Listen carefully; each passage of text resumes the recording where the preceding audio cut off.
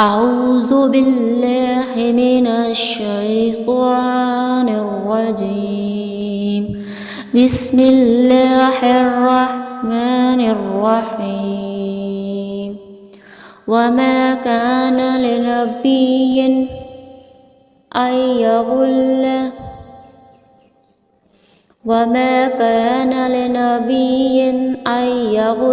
ومن يغل يأت بما غل يوم القيامة وما كان لنبي أن يغل ومن يغل يأت بما غل يوم القيامة ثم توفى كل نفس ما كسبت وهم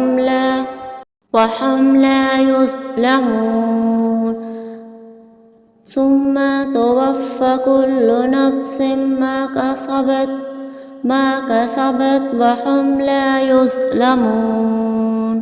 اور نبی کی یہ شان نہیں کہ وہ خیانت کرے، حالانکہ جو شخص خیانت کرے گا وہ شخص اپنی خیانت کی ہوئی چیز کو قیامت کے دن حاضر کرے گا، پھر ہر شخص کو اس کے کیے کا پورا عوض ملے گا اور ان پر بالکل ظلم نہ ہوگا۔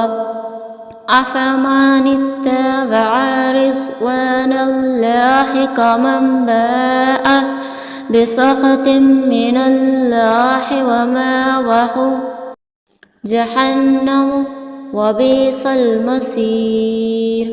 أَفَمَنِ اتَّبَعَ رِضْوَانَ اللَّهِ كَمَنْ بَاءَ بِسَخَطٍ مِّنَ اللَّهِ وَمَأْوَاهُ جہنم وبئس المصیر۔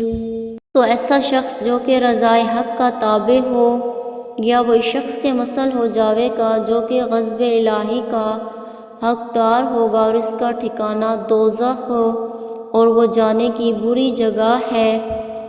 درجات عند اللہ واللہ بصیر بما یعملون۔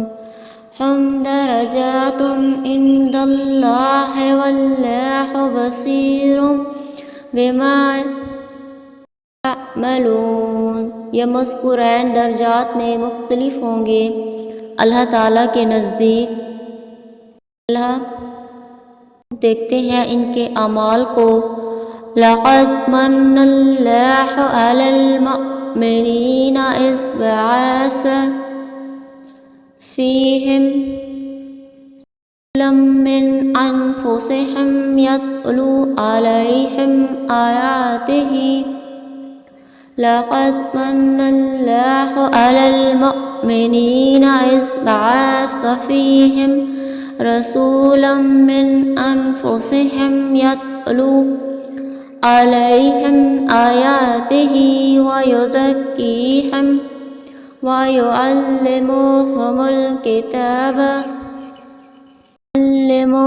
الْكِتَابَ وَالْحِكْمَةَ وَإِنْ كَانُوا مِنْ قَبْلُ لَفِي ضَلَالٍ مُبِينٍ۔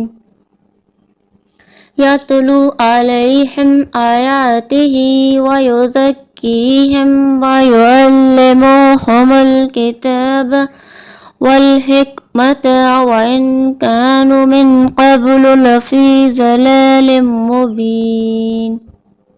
اعمال کو حقیقت میں اللہ تعالیٰ نے مسلمانوں پر احسان کیا جبکہ ان میں انہی کی جن سے ایک ایسے پیغمبر کو بھیجا کہ وہ ان لوگوں کو اللہ تعالیٰ کی آیتیں پڑھ پڑھ کر سناتے ہیں اور ان لوگوں کی صفائی کرتے رہتے ہیں اور ان کو کتاب اور فہم کی باتیں بتلاتے رہتے ہیں، اور بالیقین یہ لوگ قبل سے سری غلطی میں تھے۔ جزاک اللہ خیر۔